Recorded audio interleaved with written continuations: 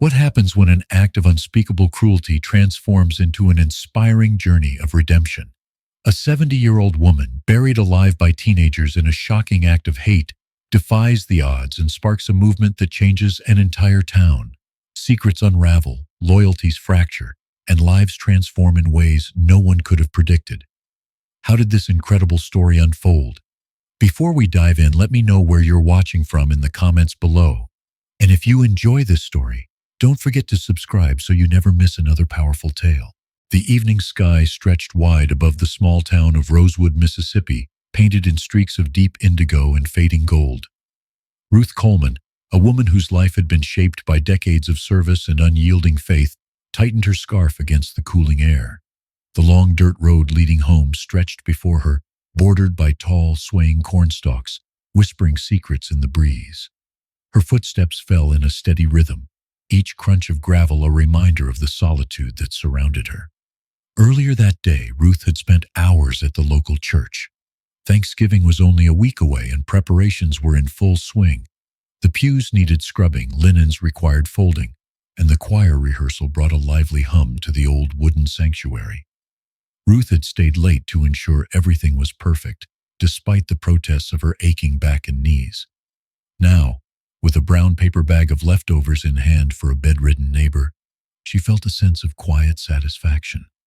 This was her town, her community, a place of love, struggle, and complicated history. The road darkened as she walked, the fading light swallowed by the dense stalks on either side. Ruth whispered a soft prayer under her breath, a habit she never abandoned during these solitary walks. "Guide my steps, Lord, and keep me safe," she murmured, her voice blending with the rustle of the cornfield. Headlights appeared behind her, slicing through the encroaching darkness. The low growl of a truck engine broke the stillness. Ruth instinctively stepped to the edge of the road, allowing space for the vehicle to pass. But instead of continuing on, the truck slowed, its rumble growing ominously louder as it pulled alongside her. She turned her head just enough to glimpse the vehicle. 5 silhouettes sat in the open bed of the pickup truck, their laughter harsh and discordant against the serene night. Ruth's chest tightened when she recognized some of the faces. These were local boys, teenagers she'd seen loitering at the gas station, always loud and brash. At the forefront was Lucas Turner, a young man whose reputation for trouble preceded him. "Well, well," Lucas drawled, leaning over the edge of the truck bed. "Look who we have here. Out for a stroll, Mrs. Coleman?" Ruth kept walking, her pace measured and deliberate. "Good evening," she said, her voice calm but firm. "It's late. You boys should be home." Lucas smirked and jumped down from the truck, his boots landing with a thud on the gravel. "And miss a chance to chat with our favorite school teacher? No, ma'am. I wouldn't dream of it." The other boys laughed, though their voices lacked conviction. One of them, Tommy Walker, avoided Ruth's gaze, his expression shadowed by unease. Another boy, Ethan Harper, stood motionless, his hands gripping the edge of the truck bed as if clinging to some anchor of decency. Ruth stopped walking, her spine straightening as she faced Lucas. "Whatever this is, it stops now," she said evenly. "Let me pass." Lucas stepped closer, his shadow swallowing hers under the pale moonlight. "What's the rush? It's a beautiful night. Maybe we can keep you company." A flicker of defiance lit Ruth's eyes. "You don't want to do this, Lucas. Whatever you're trying to prove, it's not worth it." Lucas's smirk twisted into something darker. "Oh, I think it is." Before Ruth could react, 2 of the boys jumped down and grabbed her arms. Her paper bag fell to the ground, its contents scattering across the gravel. She struggled, her voice rising in protest, but their grip was unrelenting. "Stop this right now," she yelled, her voice cutting through the night air. But Lucas only laughed, a cold, hollow sound devoid of humanity. "Teach her a lesson," he ordered. The boys dragged Ruth into the cornfield, the stalks snapping and rustling as they forced her forward. The air grew colder, the earthy scent of soil filling her nostrils as her feet scraped against the uneven ground. Ruth's shawl caught on a stalk and fell away, left behind like a discarded memory. When they reached a shallow pit dug into the ground, Ruth's heart sank. The hole was no more than a few feet deep, but its presence spoke volumes. This wasn't a prank. It was something far more sinister. "Put her in," Lucas commanded, his voice sharp. Two boys hesitated, their gazes darting between Lucas and Ruth. "Lucas, this is messed up," one of them muttered. "Do it," Lucas barked, his authority backed by an edge of desperation. Reluctantly, they obeyed, shoving Ruth into the pit. She landed hard, the cold earth pressing against her hands and knees. She tried to stand, but loose soil rained down on her as they began to fill the hole. "Stop this! You don't have to do this!" Ruth shouted, her voice breaking. Above her, Ethan froze, his shovel hovering midair. His eyes met Ruth's, wide with fear and guilt. For a moment, time seemed to stand still. "Ethan, finish it!" Lucas snapped.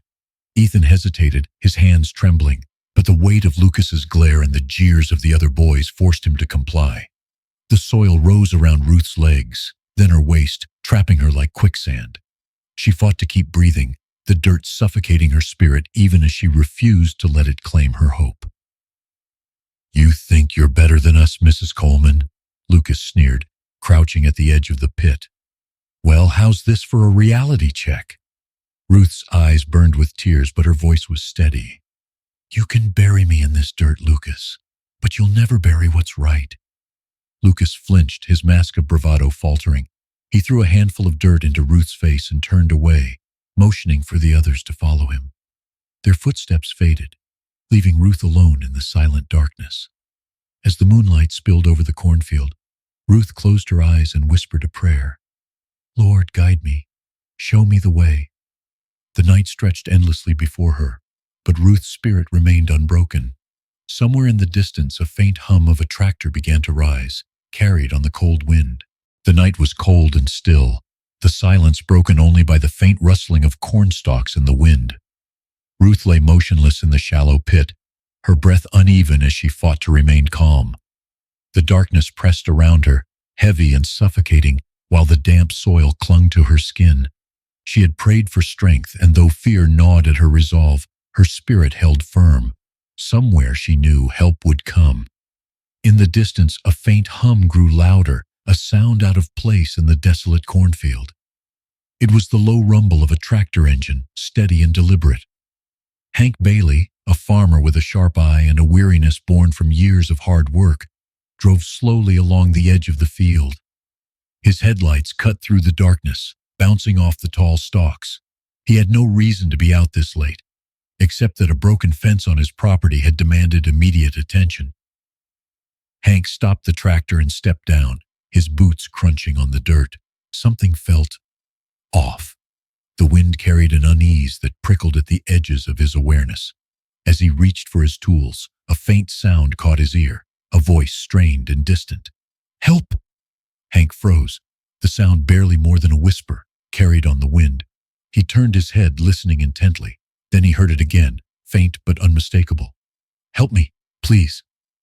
Gripping his flashlight, Hank stepped cautiously into the field, the beam cutting narrow paths through the dense cornstalks. The voice grew louder, each cry sharper and more desperate. His heart quickened as he followed the sound, the flashlight's beam catching a shawl tangled in the stalks. He recognized it instantly. Ruth Coleman's.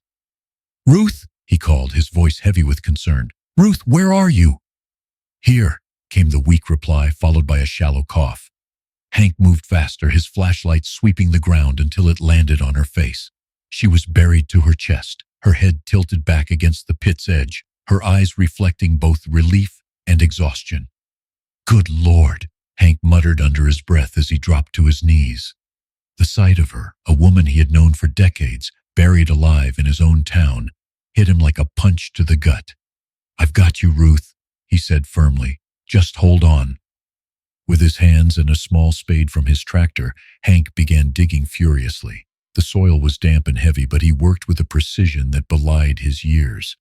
Ruth winced as the dirt shifted around her, but she stayed silent, conserving her strength.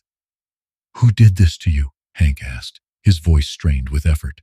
"Teenagers," Ruth replied, her voice barely audible. "Boys from town, Lucas Turner, and others. They need help, Hank. They're lost." Hank paused, disbelief flashing across his face. "Help? Ruth, they tried to kill you. Ruth met his gaze, her eyes steady despite the tears streaking her face. They're still kids, Hank. Angry, misguided. But kids. Hank shook his head and returned to digging, his jaw tightening. Within minutes, Ruth was free, though her body trembled from the cold and the strain of the ordeal. Hank helped her to her feet, steadying her as she swayed. Can you walk? He asked, concern etched in his features. I'll manage, Ruth said, though her voice betrayed her fatigue. She leaned on Hank as they made their way back to the tractor. Once she was seated, he draped his jacket over her shoulders and handed her a thermos of water. As they drove back toward town, the enormity of what had happened weighed heavily on them both. Ruth stared at the passing fields, her thoughts swirling between anger, sorrow, and a determination she couldn't yet articulate. You need to go to the sheriff, Ruth, Hank said, his voice firm. This can't go unanswered. I will, Ruth replied softly. But not tonight. Tonight I need to pray and think. Hank sighed but nodded. He understood Ruth's strength, but even he struggled to see the path forward in the face of such cruelty. They arrived at Ruth's small, modest home, its porch light a lonely beacon in the darkness. Hank helped her inside, ensuring she was settled before he left. Ruth sat alone at her kitchen table, a cup of tea cooling in her hands. The events of the night replayed in her mind, each detail sharp and unrelenting. But beneath the pain, a seed of resolve began to grow. She wasn't ready to let this town or these boys fall into darkness. Guide me, Lord, she whispered. Help me show them the way. Outside, the wind carried the first hints of dawn, promising a new day, one filled with hard choices but also with hope. The sun rose over Rosewood, its warm glow chasing away the shadows of the night before.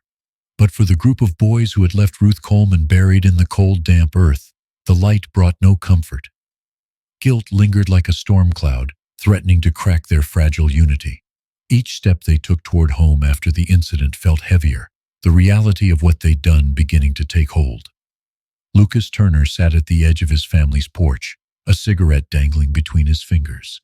His jaw was tight, and his gaze fixed on the horizon, as though daring the world to challenge him. Despite his bravado the night before, Lucas felt a gnawing unease creeping in. He shoved it down, masking it with the anger that had always been his armor. Inside the Turner home, the air was thick with tension. Lucas's father, a burly man with a permanent scowl, was hollering about unpaid bills, his voice echoing through the small house. Lucas ignored him, staring at the gravel driveway where his truck sat, now a silent witness to his cruelty. Lucas, his father barked from the doorway. You hearing me, boy? Yeah, I hear you, Lucas muttered, stubbing out his cigarette on the wooden railing. He stood, shoulders squared, and walked inside, determined not to let anything or anyone shake him. Meanwhile, Tommy Walker sat alone in his room, his hands gripping the edges of his desk.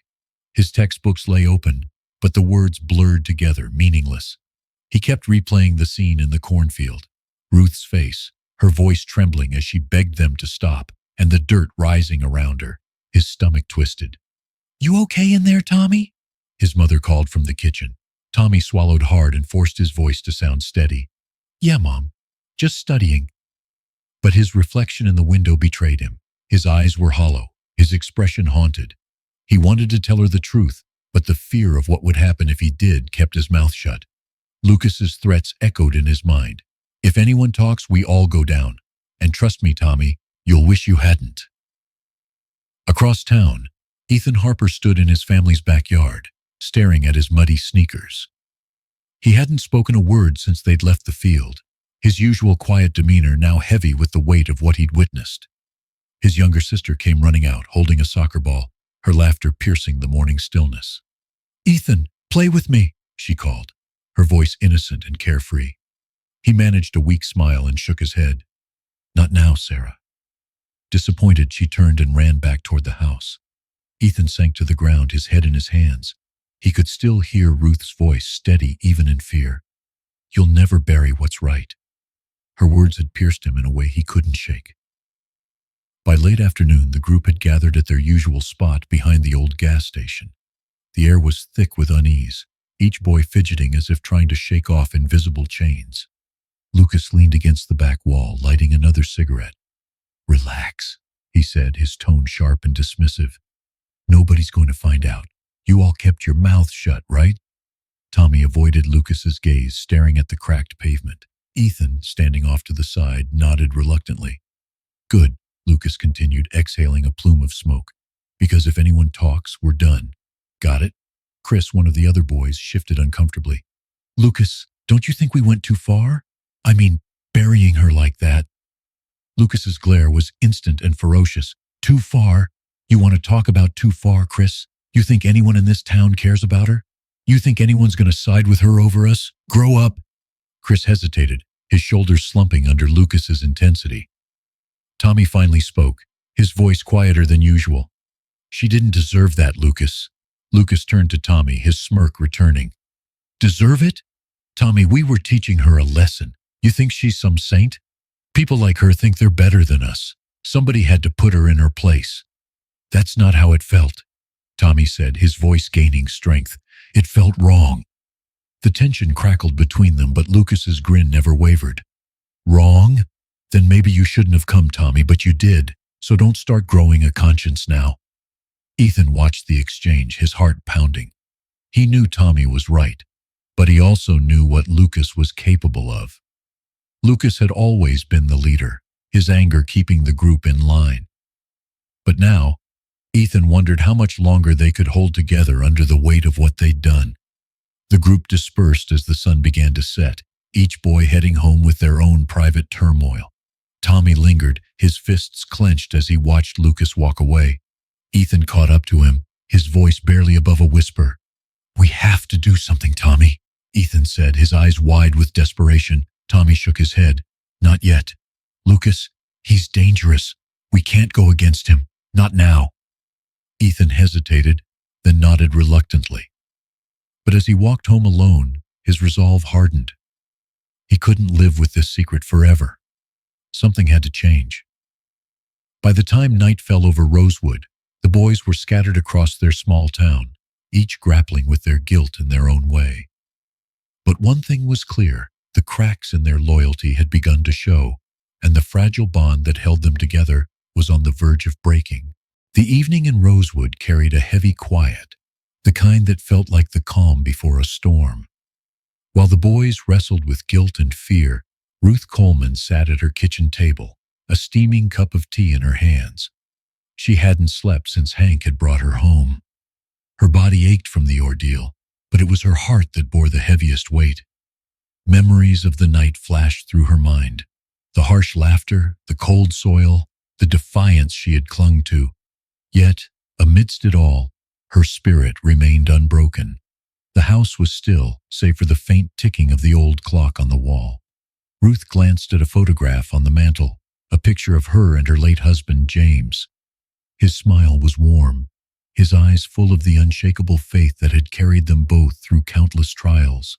James had been a pastor, a pillar of the community, and his teaching still guided Ruth, even in his absence. She whispered to the empty room, her voice steady but soft. "James, what would you do?" Ruth had always been a woman of action.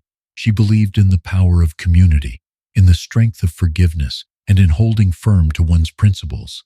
But this was different. The boys who had attacked her were not strangers. They were faces she recognized from the streets of Rosewood. Boys she had seen grow up, boys she had smiled at in passing. The weight of their actions felt personal, and the question of how to respond weighed heavily on her. As dawn broke, Ruth made her decision. She wouldn't let this act of hatred define her, nor would she let it fester in silence. She knew she needed guidance, someone to help her navigate the path ahead. With slow, deliberate movements, she dressed and made her way to the church, leaning on her cane for support. The church was quiet that early morning, the air inside cool and filled with the faint scent of wood polish and candles. Pastor Elijah Gray, a tall man with a calm demeanor and piercing eyes, was in his study when Ruth arrived. He rose quickly, concern etching his face as he took in her frail appearance. "Ruth," he said, his voice a mix of warmth and worry, "what happened to you?"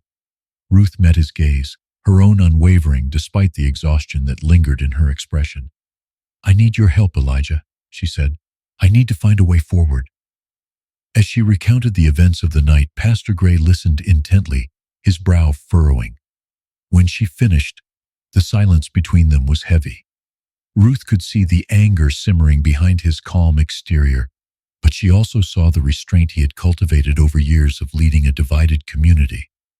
"What those boys did to you, it's unforgivable," Pastor Gray said finally, his voice low. "No," Ruth said, shaking her head. "It's not unforgivable. It's wrong and it's hateful, but forgiveness isn't about them. It's about me." Pastor Gray sighed, leaning back in his chair. "Ruth, forgiveness is one thing, justice is another. You can't let this go unanswered." "I won't," Ruth replied firmly, "but I won't let anger guide me either. These boys, they're broken, Elijah, and broken things can be mended." Her words hung in the air, resonating with the weight of conviction. Pastor Gray nodded slowly, understanding the resolve behind her quiet strength. "What do you need from me?" he asked. "I need the town to hear what happened," Ruth said. "Not for revenge, but for change. I want them to understand the cost of hate and the power of forgiveness. And I want these boys to face what they've done, not with anger, but with accountability." Pastor Gray reached across the table, placing a hand over Ruth's. "You're stronger than most, Ruth. I'll help you. We'll do this together." As the morning light poured through the stained glass windows, Ruth felt a sense of purpose take root. The road ahead wouldn't be easy, but she had never been one to shy away from hard truths.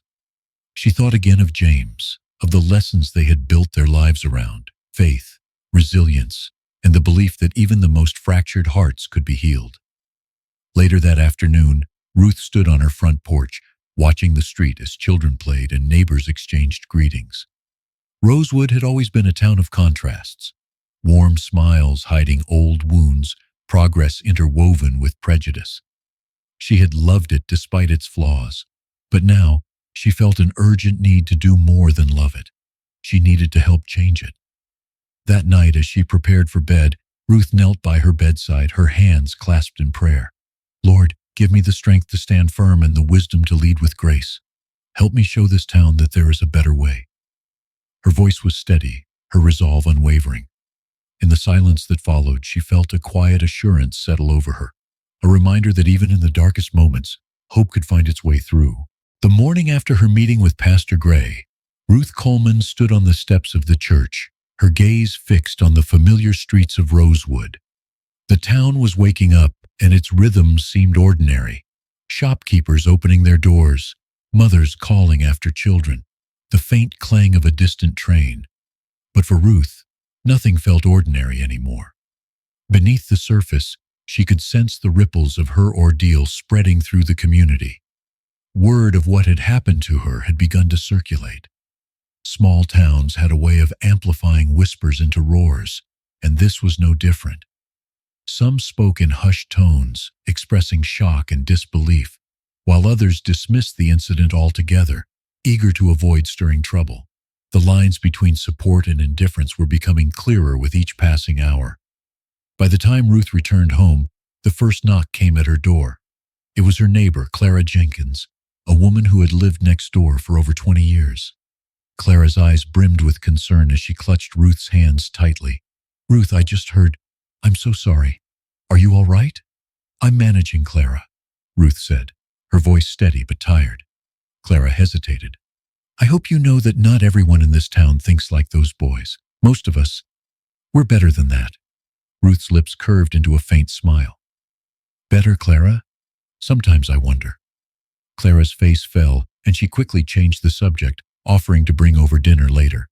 Ruth thanked her, but as the door closed behind Clara, Ruth's smile faded. She appreciated the gesture, but words of comfort wouldn't be enough to mend what had been broken. Elsewhere in Rosewood, the story had ignited a different kind of conversation. At the diner on Main Street, a group of men gathered around their morning coffee, their voices low but animated.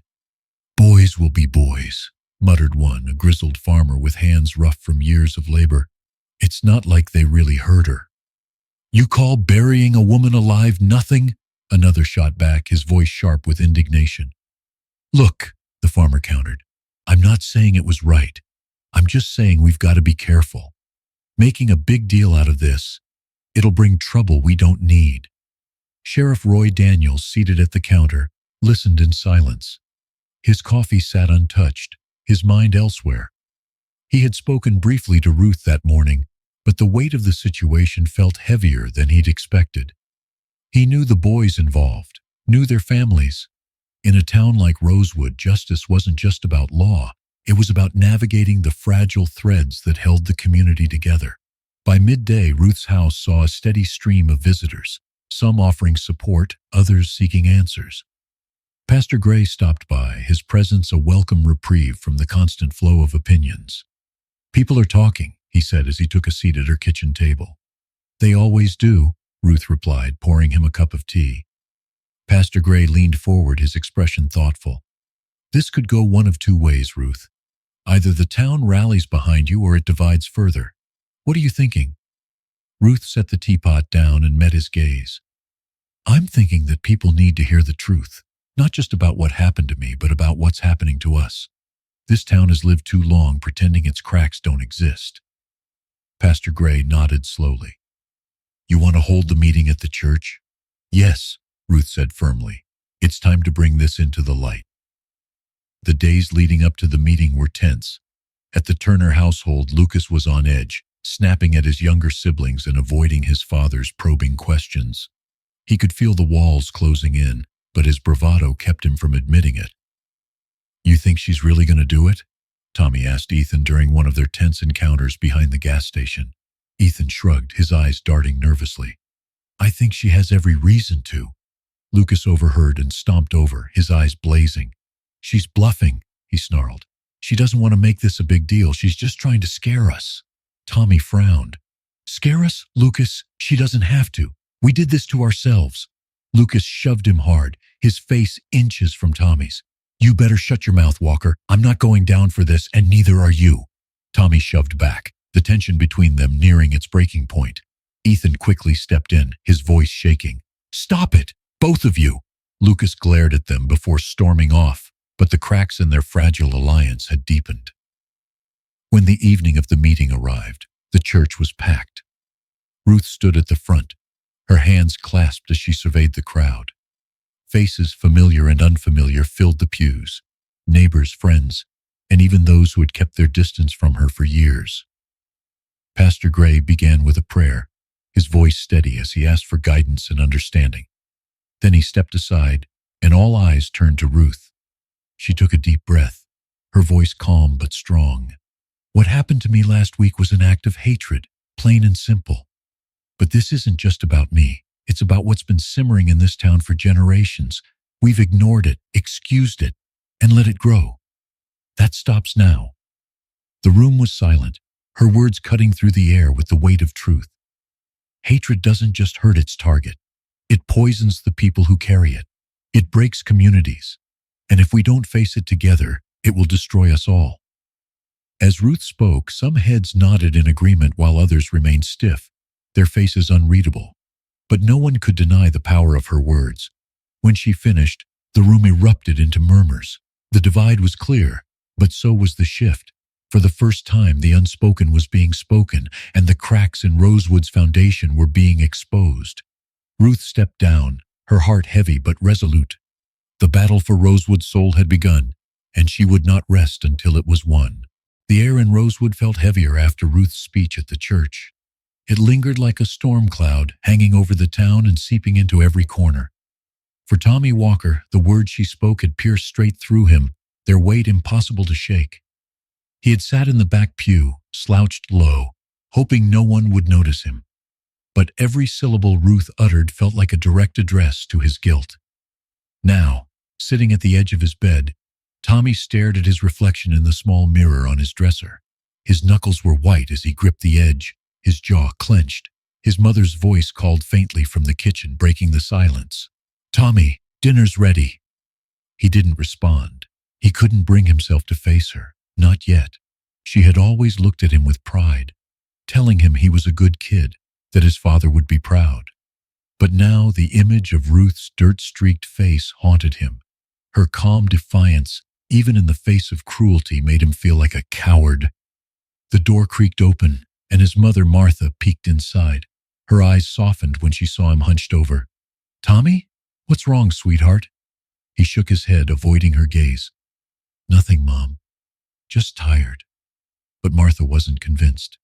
She stepped inside, closing the door gently behind her. "It's more than that. I can see it in your eyes. You've been like this for days now." Tommy's chest tightened.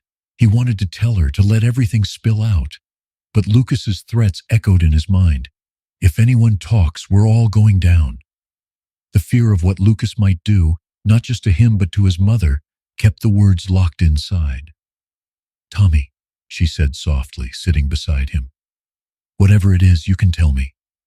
He looked at her then, and the concern in her eyes broke something inside him. The dam holding back his guilt began to crack. His hands trembled as he rubbed them together, searching for the courage to speak. "It's bad, Mom," he finally whispered, his voice barely audible. "Really bad." Martha's brows furrowed. "What's bad?" "Tommy, you're scaring me." He took a deep breath, his voice shaking as he began. "The other night, me and some of the guys, we did something to Mrs. Coleman." Her face froze, the color draining from her cheeks. "What do you mean? What did you do?"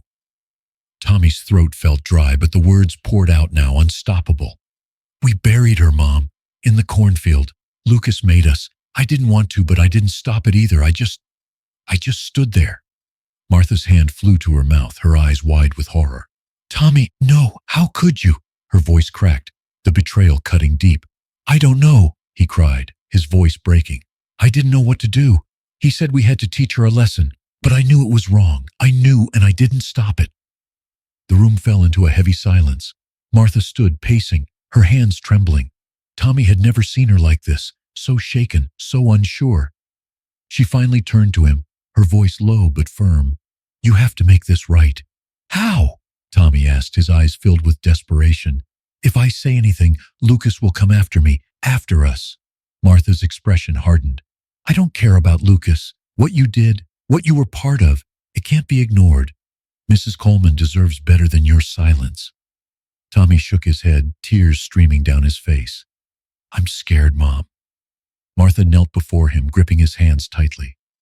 "I know you are, baby. But being brave isn't about not being scared. It's about doing what's right even when you are." Her words hung in the air, echoing the lessons his late father had taught him. Tommy nodded slowly, his resolve beginning to form. He didn't know how he would face Ruth or what he would say, but he knew his mother was right. That night, after Martha went to bed, Tommy sat in the dark, staring out the window at the quiet street. He thought of Ruth, of her strength, and the quiet dignity with which she had confronted her pain. He didn't feel worthy of forgiveness, but he realized he couldn't live with himself if he didn't try to make amends. In the stillness, he whispered to the empty room, "I'm sorry, Mrs. Coleman. I'll make it right, somehow." And as the clock ticked past midnight, the weight of his decision settled over him, not as a burden, but as a first step toward redemption. Tommy Walker's sleepless night had led him to a decision. He couldn't stay silent any longer. His mother's words echoed in his mind, each one a reminder of the person he wanted to be, not the boy who buried his conscience along with Ruth Coleman's dignity. That morning he found himself pacing outside the church, his heart pounding as he debated whether to go inside. Inside, Ruth was preparing for the day's volunteer project, a community cleanup she had organized as a way to bring people together. The event was open to everyone, but she had made a point of inviting the boys she knew were responsible for her ordeal. It was a calculated move, one she hoped would plant the seeds of accountability and reflection. The first to arrive was Ethan Harper. His head hung low, and his hands were shoved deep into his jacket pockets. He barely spoke as Ruth greeted him, her calm demeanor putting him at ease even as guilt churned in his stomach. Soon after, Tommy entered, his movements hesitant, his eyes darting nervously. "Tommy," Ruth said warmly, her voice steady but piercing, "I'm glad you came." He nodded, unable to meet her gaze. I didn't think I'd have the courage." "You found it," Ruth said simply, her words both an acknowledgement and a challenge. "That's a start." By mid-morning, the other boys had arrived, though Lucas Turner was noticeably absent. Ruth noted their unease, their laughter forced as they awkwardly took tools and began working. She had planned the day carefully, assigning tasks that required cooperation, knowing the work itself would open space for the conversations that needed to happen. As the sun rose higher, Ruth approached the group. She stood silently for a moment, letting the weight of her presence settle. When she finally spoke, her voice was calm but filled with unshakable resolve. "I want to talk about what happened," she began, her eyes sweeping over each of them. "You all know why you're here." Tommy froze, his hammer slipping from his hand. Ethan shifted uncomfortably, while the others avoided her gaze entirely. Ruth's expression remained steady, but her words carried the weight of everything she had endured. "What you did to me was more than cruel. It was hateful. It was meant to dehumanize me, to make me feel small, but you failed," she said, her voice growing stronger. "I'm still here. I'm still standing." The boys looked at her then, their expressions a mix of shame and fear. Tommy opened his mouth to speak but faltered. Ruth turned her attention to him, her gaze softening. "Tommy," she said gently, "I see in you a struggle. You don't have to carry this burden alone. None of you do, but you do have to face it." He nodded, his throat tightening. "I'm sorry, Mrs. Coleman. I should have stopped it. I should have done something." Ruth stepped closer, her voice dropping just enough to make every word land. "Do you understand why you didn't?" Tommy hesitated, the weight of her question pressing on him. "I was scared of Lucas, scared of what would happen if I said no." Ruth nodded, her expression a mix of understanding and disappointment. "Fear is powerful, Tommy, but so is courage. And courage doesn't mean you won't feel afraid. It means you act despite it." Ethan spoke next, his voice trembling. "I'm sorry too. I didn't know what to do." Ruth turned to him, her eyes kind but unyielding. "You do now." The conversation hung heavy in the air as the boys shifted uneasily. Then, as if on cue, the distant roar of an engine broke the silence. All heads turned as Lucas's truck pulled up, dust kicking up behind him. He climbed out, his swagger intact, but his eyes betrayed a flicker of uncertainty. "Well, isn't this a touching little scene?" Lucas sneered, his voice dripping with mockery. "What's this supposed to be, Mrs. Coleman? Some kind of intervention?" Ruth didn't flinch. She stood her ground, her eyes locked on his. "This is your chance, Lucas, to own what you did, to start making things right." Lucas laughed, though the sound was hollow. "And if I don't?" Ruth took a step forward, her presence commanding. "Then you'll have to live with it. And trust me, Lucas, that weight will follow you everywhere." For a moment, Lucas faltered. His bravado cracked, and the anger in his eyes gave way to something else, fear perhaps, or regret. But just as quickly, he shrugged it off and turned back to his truck. "Whatever," he muttered. "This is a waste of time." The boys watched him drive away, the tension thick in his absence. Ruth turned back to them, her voice steady once more. "He's made his choice. Now it's your turn." Tommy stepped forward, his voice firm despite the tremble in his hands. "I want to do better, Mrs. Coleman. I don't know how, but I want to start." Ruth smiled faintly, her first real sign of relief. "Then let's get to work." As the boys picked up their tools and returned to the day's tasks, something shifted. It wasn't redemption, not yet, but it was a beginning. The tension following Ruth's confrontation with the boys hung like a weight over Rosewood. While most of the group had taken tentative steps toward accountability, Lucas's defiance left a lingering shadow. Hank Bailey, the man who had rescued Ruth from the cornfield, watched the situation unfold with a growing sense of frustration. Ruth's approach, choosing forgiveness and reconciliation, was noble, but Hank wasn't convinced it was enough. He believed justice required action, not just words.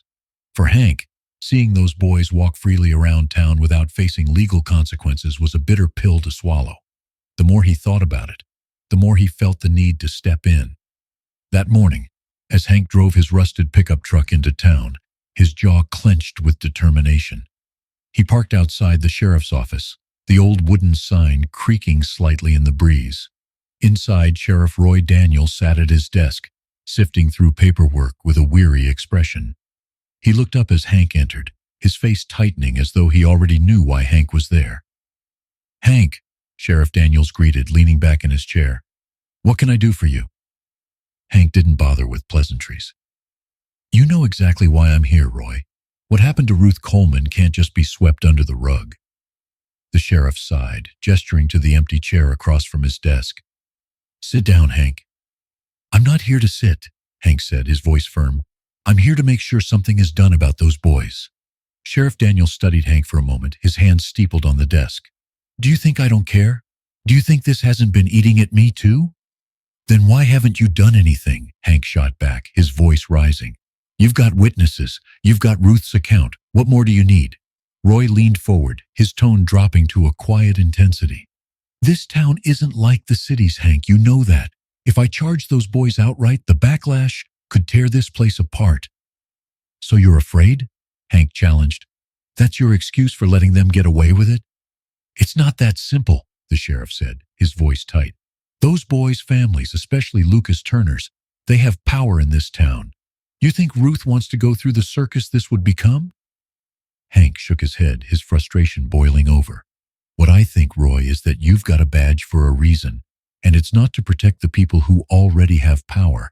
It's to protect people like Ruth. She deserves better than this." The sheriff's jaw tightened. "And what about Ruth's wishes? Have you even talked to her about taking this to court?" Hank hesitated, his hands clenching into fists at his sides. He hadn't asked Ruth directly. He knew her approach was different, rooted in her faith, her belief in redemption. But he also knew that forgiveness without accountability would send a dangerous message. "I'll talk to her," Hank said finally, his voice low. "But if she won't push for it, I will." Sheriff Daniels exhaled sharply, leaning back in his chair. "You're a stubborn man, Hank." "Damn right," Hank replied.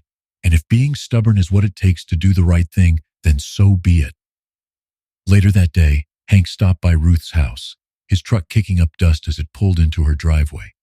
Ruth was on the porch, her hands busy folding laundry, her expression calm despite everything. "Hank," she greeted as he approached. "What brings you by?" "We need to talk," Hank said, taking a seat on the steps. "About those boys," Ruth paused, setting the folded sheet aside. "I thought we already had." "I don't think we've said everything that needs to be said," Hank replied, his tone steady but firm. "Ruth, you're a stronger woman than most, but forgiveness alone won't stop this from happening again." Ruth sat down beside him, her hands resting in her lap.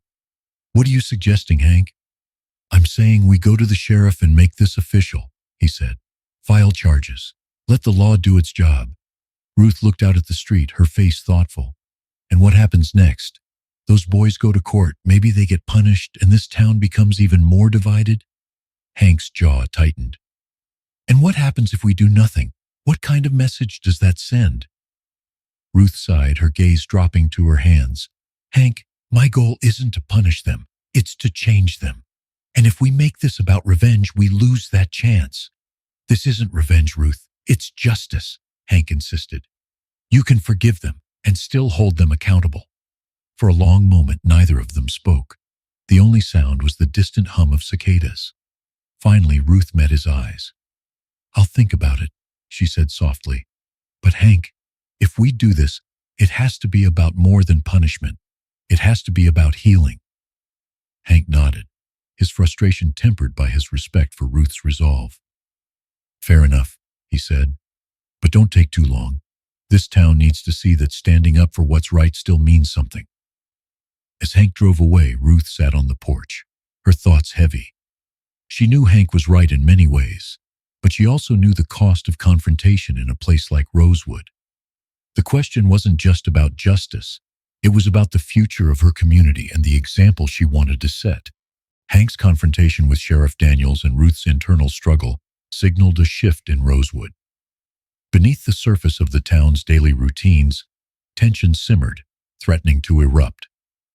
While Ruth and the other boys wrestled with accountability, Lucas Turner's world was crumbling. Lucas sat alone in the garage behind his house, the faint smell of gasoline and dust lingering in the air. His truck sat idle, a symbol of the life he'd lived so recklessly. He threw a wrench against the wall, the metallic clang reverberating in the small space.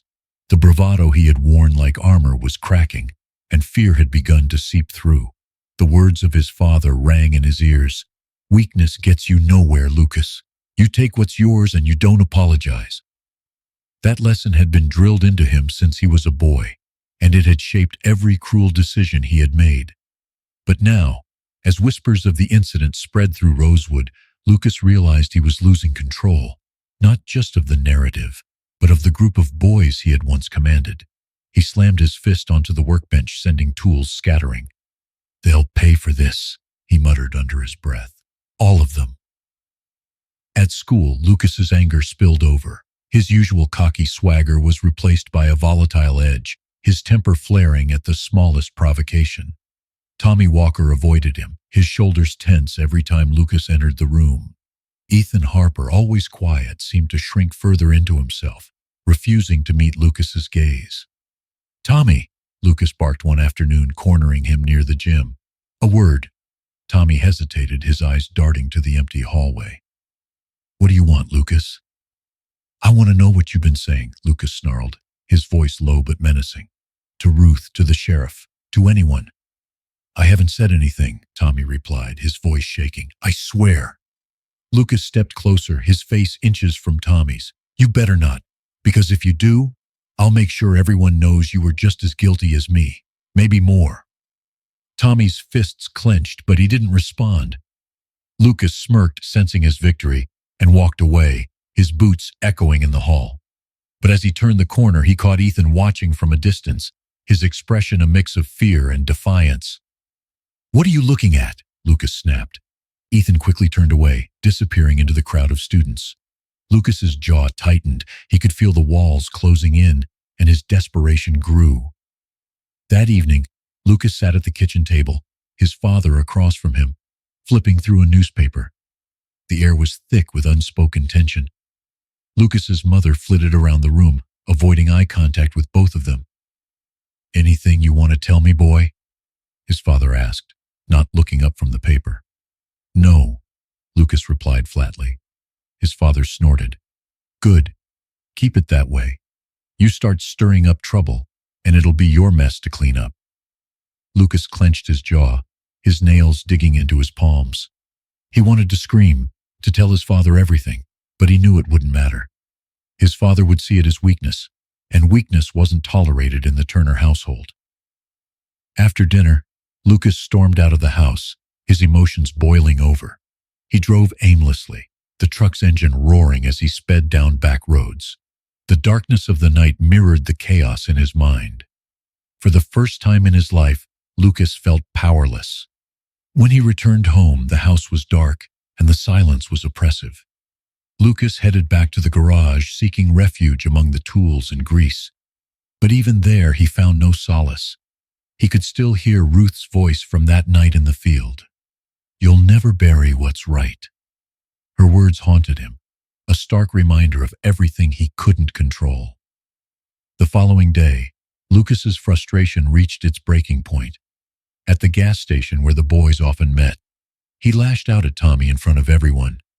"You think you're better than me now?" Lucas shouted, shoving Tommy against the wall. "You're nothing without me." Tommy shoved back, his voice trembling but resolute. "I'm not scared of you anymore, Lucas. You don't own me." The crowd that had gathered watched in stunned silence as the two boys faced off. For the first time, Lucas saw something in Tommy's eyes he hadn't expected. Defiance. It shook him more than he wanted to admit.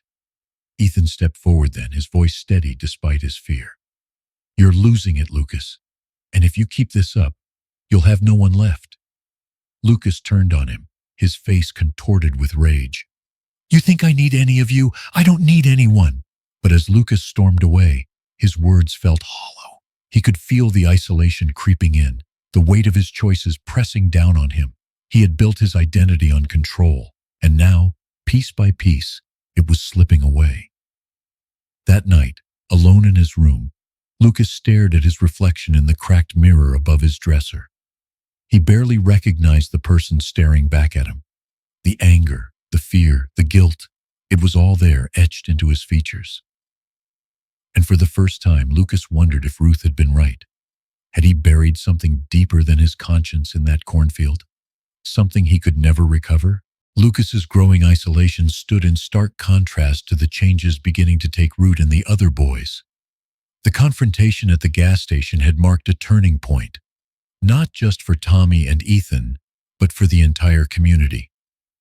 While Lucas doubled down on his anger, the others were starting to see a way forward, not through denial, but through action. Tommy Walker sat at Ruth Coleman's kitchen table, his hands wrapped around a mug of tea. Across from him, Ruth's calm gaze held steady, her presence both comforting and challenging. "You've taken the first step by coming here," Ruth said softly, her words carrying the weight of her ordeal. "But redemption isn't about words, Tommy. It's about what you do next." Tommy nodded, his throat tight. "I want to make things right, Mrs. Coleman. I don't know if I can, but I want to try." Ruth leaned forward, her hands clasped on the table. "Then you'll help me rebuild what was broken, not just for me, but for this town." The next day, Tommy and Ethan arrived at the church with a small group of volunteers. Ruth had organized a community project to repair parts of the church that had been damaged in recent storms. It was a symbolic gesture, but also a practical one, a way to bring people together in a shared purpose. Ethan worked quietly, sanding down a splintered bench. His movements were methodical, his face set with determination. Nearby, Tommy helped repair a broken fence, sweat dripping from his brow as he labored under the afternoon sun. For the first time in weeks, the tension in his chest began to ease. Other members of the community watched the boys with a mix of curiosity and skepticism. Clara Jenkins, Ruth's longtime neighbor, crossed her arms as she observed from a distance. "They look like they mean it," Clara said to Pastor Gray, who stood beside her. "But do you think they'll stick with it?" "That depends," Pastor Gray replied. "Not just on them, but on all of us. Redemption is a two-way street." As the day wore on, more townspeople began to join in. Some brought tools, others brought food and water, and a few simply came to lend moral support. The sight of people working side by side, regardless of their differences, began to shift the atmosphere in Rosewood. By late afternoon, Ruth gathered the volunteers for a brief break.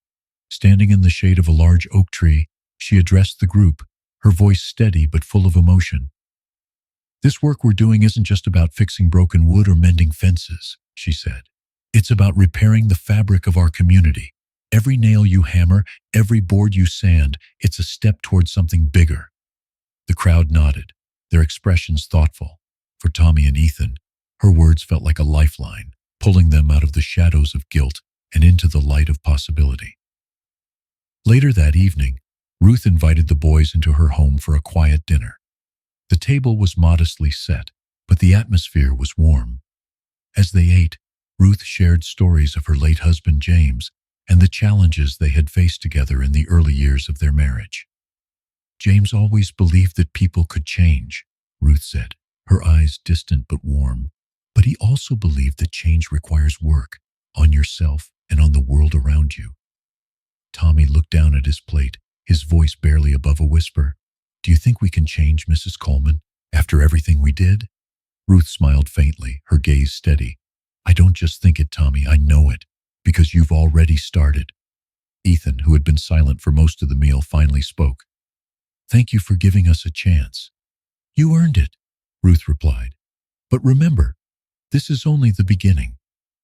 In the days that followed, the boys continued to show up, not just for Ruth, but for the town. They helped repair Mrs. Johnson's porch, painted fences for the local school, and even cleaned up the overgrown cemetery where many of the town's elders were buried. With each act of service, their reputations began to shift. People who had once dismissed them as troublemakers started to see them in a new light. The boys' work wasn't erasing what they had done, but it was building something new, something rooted in accountability and growth. For Tommy and Ethan, the transformation was as much internal as it was external. Tommy found himself smiling more often, his shoulders no longer weighed down by guilt. Ethan, once quiet and withdrawn, began to speak up, his confidence growing with each passing day. One evening, as the sun dipped below the horizon, Ruth stood outside her home, watching the boys pack up their tools. Her heart swelled with a mix of pride and hope. She knew the road ahead would still be difficult, but for the first time she felt a genuine sense of possibility for the future of Rosewood. And though Lucas Turner remained absent, his shadow no longer loomed as large. The cracks in the community were beginning to mend, one act of kindness at a time. The steady rhythm of work and community service had brought a measure of calm to Rosewood, but healing was never a straight path. The scars of what had happened remained, etched into the hearts of those involved. For Ruth Coleman, the changes she saw in Tommy, Ethan, and the town at large were a source of hope. But the journey wasn't complete. Healing required not only action but also reflection. It was a crisp autumn morning when Ruth decided to visit the church alone. She had seen so many people come together to mend physical structures and relationships, but there were deeper wounds in Rosewood that couldn't be fixed with hammers and nails.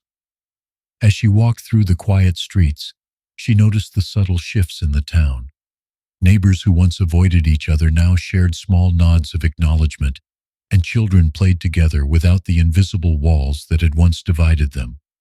Inside the church, the air was cool and filled with the faint scent of candle wax. Ruth knelt at the altar, her hands clasped in prayer. She didn't ask for anything this time. Instead, she offered gratitude for the strength to endure, for the kindness of people like Hank, and for the courage Tommy and Ethan had shown in taking their first steps toward redemption. "Lord," she whispered, her voice steady, "thank you for showing me that even in darkness, there is light. Help me continue to lead with grace." The sound of footsteps behind her made her pause. She turned to see Pastor Gray, his usual calm demeanor tinged with curiosity. "Ruth," he said warmly, "I thought I might find you here." Ruth smiled and rose slowly. "Good morning, Elijah. Just taking some time to reflect." "You've done more than reflect," he said, his admiration evident. "You've given this town a path forward." Ruth shook her head modestly. "I haven't done it alone. The boys, they're the ones doing the real work." "They had a good guide," Pastor Gray replied. Later that afternoon, Ruth joined Tommy and Ethan at Mrs. Johnson's porch, where they were putting the finishing touches on a fresh coat of paint. The elderly woman stood nearby, her sharp eyes softened with appreciation. "You boys have done a fine job," she said, her voice filled with warmth. "And you, Ruth, you've shown us all what grace looks like." Ruth placed a hand on Mrs. Johnson's arm. "We've all had a hand in this, and there's still more to do." As the boys packed up their supplies, Ruth noticed Tommy lingering. He seemed to be weighing something in his mind. When the others left, he approached her. "Mrs. Coleman," he began, his voice hesitant, Do you think people like me can ever really make up for what we've done?" Ruth looked at him thoughtfully, her expression kind but serious. "Tommy, making up for something doesn't mean erasing it. It means learning from it, growing because of it, and doing everything in your power to ensure it doesn't happen again." Tommy nodded slowly, her words sinking in. "I want to be better, I really do." "You're already on that path," Ruth said, her voice steady. "And as long as you keep walking it, you'll get there." That evening, the town gathered for a quiet reflection at the church. Ruth had invited the community to come together, not to dwell on the past, but to look toward the future. She stood at the front of the room, her presence commanding yet gentle. "We've all felt the weight of what happened," she began, her voice carrying across the room. "But what matters now is what we choose to do with that weight. Do we let it crush us, or do we use it to build something stronger?" Her words resonated deeply, and as she looked out over the crowd, she saw the beginnings of understanding in their faces. The work wasn't done, far from it, but the seeds of healing had been planted. As the gathering ended, Ruth lingered outside the church, watching as people filed out into the cool night air. Tommy and Ethan stayed behind, helping Pastor Gray clean up. When they finished, they approached Ruth, their expressions earnest. "Thank you," Ethan said, his voice soft but sincere. "For not giving up on us." Ruth smiled, her heart swelling with quiet pride. "Thank you for not giving up on yourselves." As the night deepened, Ruth walked home, her steps light despite the weight of the past weeks. Healing was a journey, not a destination, and she knew the road ahead would have its challenges. But for the first time in a long time, she felt that Rosewood was heading in the right direction. The quiet momentum of healing in Rosewood was interrupted when word spread that Lucas Turner had been arrested. The sheriff had finally acted after Hank Bailey's persistent prodding and the testimonies from Tommy and Ethan. For Ruth Coleman, the news brought mixed emotions. Accountability was necessary, but the thought of Lucas alone in a jail cell didn't sit comfortably in her heart. She knew there was still work to be done, not just for the town, but for Lucas himself. That afternoon, Ruth sat at her kitchen table staring at the untouched cup of tea in front of her. The image of Lucas's face that night in the cornfield came to mind, angry, defiant, yet carrying a flicker of something else, fear. She sighed deeply, knowing what she needed to do. The sheriff's office was a modest building near the edge of town. When Ruth arrived, Sheriff Roy Daniels greeted her with a mixture of surprise and respect. "Mrs. Coleman," he said, tipping his hat, "what brings you here?" "I'd like to see Lucas," Ruth replied, her voice steady. The sheriff hesitated. "Are you sure, after everything he's done?" Ruth met his gaze, her eyes unwavering. "That boy is carrying a weight he doesn't know how to bear. I need to speak to him." After a moment, the sheriff nodded and led her to the holding cell. Lucas was sitting on the narrow cot, his head bowed, his hands clasped tightly in his lap. The sound of the cell door unlocking made him look up, and when his eyes met Ruth's, a flicker of his usual bravado returned. "What do you want?" he muttered, his tone defensive. Ruth stepped closer, her hands folded calmly in front of her. "I want to talk, Lucas." "Why?" he snapped. "So you can tell me how awful I am? Save it." Ruth's expression remained soft but firm. "I'm not here to tell you anything, Lucas. I'm here to listen." He stared at her, his disbelief clear. "Listen? To me?" "Yes," Ruth said, her voice gentle, "because I believe you've got something worth saying, and because I think you're more than what you did that night." Lucas looked away, his jaw tightening. "You don't know anything about me." "I know more than you think," Ruth replied. "I know you're angry. I know you're scared. And I know that whatever drove you to do what you did isn't who you really are." Her words hung in the air, and for the first time Lucas's defiance cracked. He stood abruptly, pacing the small cell. "You don't get it," he shouted, his voice filled with frustration. "My whole life, I've been told to be tough, to never back down. That's all I know, and now it's ruined everything."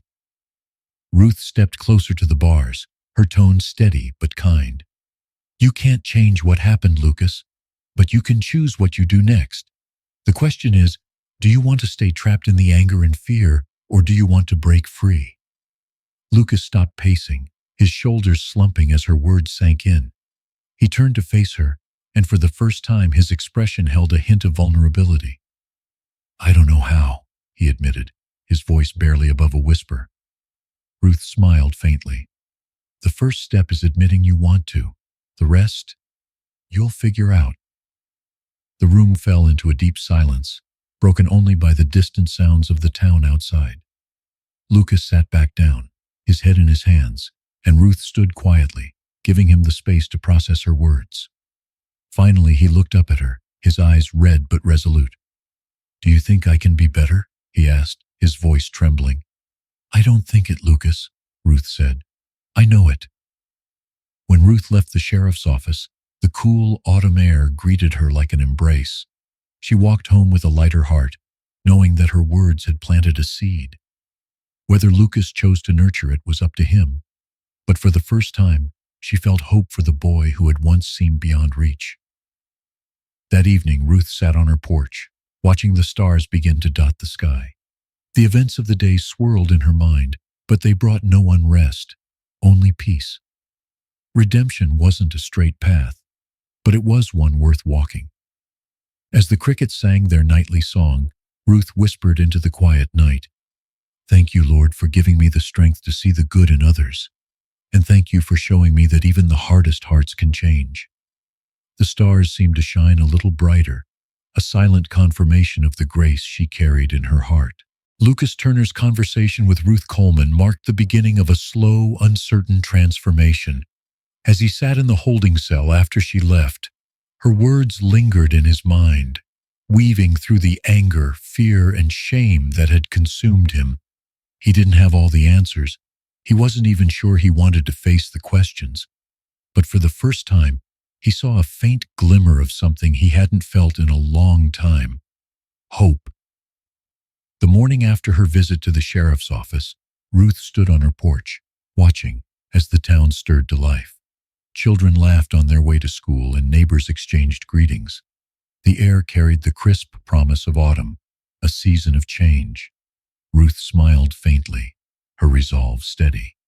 Today, she would continue what she had started, helping rebuild not just the physical structures of the town, but the trust and compassion that held it together. At the church, the boys, Tommy, Ethan, and the others who had taken part in the incident, gathered to help with another community project. This time, their task was to repaint the fence surrounding the cemetery, a solemn place that carried the weight of generations past. Ruth joined them, her presence a constant reminder of the grace and forgiveness that had set them on this path. "Mrs. Coleman," Tommy began as he dipped his brush into the paint, "I've been thinking a lot about what you said, about how redemption isn't about erasing the past but learning from it." Ruth looked at him, her eyes warm but serious. "And what have you learned, Tommy?" He paused, his brow furrowed in thought. "That it's not enough to say you're sorry. You have to show it every day." "That's right," Ruth said, nodding. "And you're doing just that," Ethan chimed in, his voice quiet but firm. "I've been thinking, too, about how easy it is to go along with something, even when you know it's wrong. I don't want to be that person anymore." "You're not," Ruth replied, her words laced with encouragement. "The fact that you see it means you're already changing." As the boys worked, townspeople passed by, some stopping to lend a hand, others offering words of support. The once fractured community was beginning to mend, each act of kindness stitching together the gaps that had formed over years of neglect and prejudice. Even Lucas, though still in the sheriff's custody, wasn't forgotten. At Ruth's urging, Tommy and Ethan visited him, their initial reluctance fading as they saw the toll the past weeks had taken on him. Lucas was quieter now, his bravado replaced by a tentative vulnerability. "Why are you here?" Lucas asked when they arrived, his voice lacking its usual sharp edge. "To make sure you're okay," Tommy said simply. "And to let you know that it's not too late to be part of this." Lucas looked at him, his expression unreadable. "Part of what?" "Change," Ethan said, his voice steady. "We're trying to make things right, Lucas. You can too." Lucas didn't respond, but the flicker of doubt in his eyes was replaced by something softer, a faint acknowledgement that he wasn't as alone as he had feared. By the time the project at the cemetery was finished, the transformation in the boys was evident. Their once slouched shoulders now carried the weight of responsibility with quiet pride, and their actions spoke louder than any apology ever could. That evening, Ruth hosted a small gathering at her home, inviting the boys, Pastor Gray, and a few key members of the community. The atmosphere was warm and hopeful, the scent of freshly baked bread filling the air. As they shared a meal, laughter and conversation flowed easily, a stark contrast to the tension that had once defined their interactions. Toward the end of the evening, Ruth stood to address the group. "I want to thank each of you," she began, her voice steady, "for showing me that change is possible, and for proving that even in the darkest times there is light."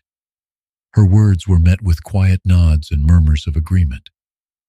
Tommy and Ethan exchanged a glance, their faces reflecting the shared understanding of how far they had come and how far they still had to go. As the gathering dispersed, Ruth stood on her porch, watching the boys walk down the street. Their laughter echoed in the cool night air, a sound that carried the promise of brighter days ahead. "Thank you, Lord," she whispered, her eyes lifting to the starlit sky, "for giving us the strength to begin again."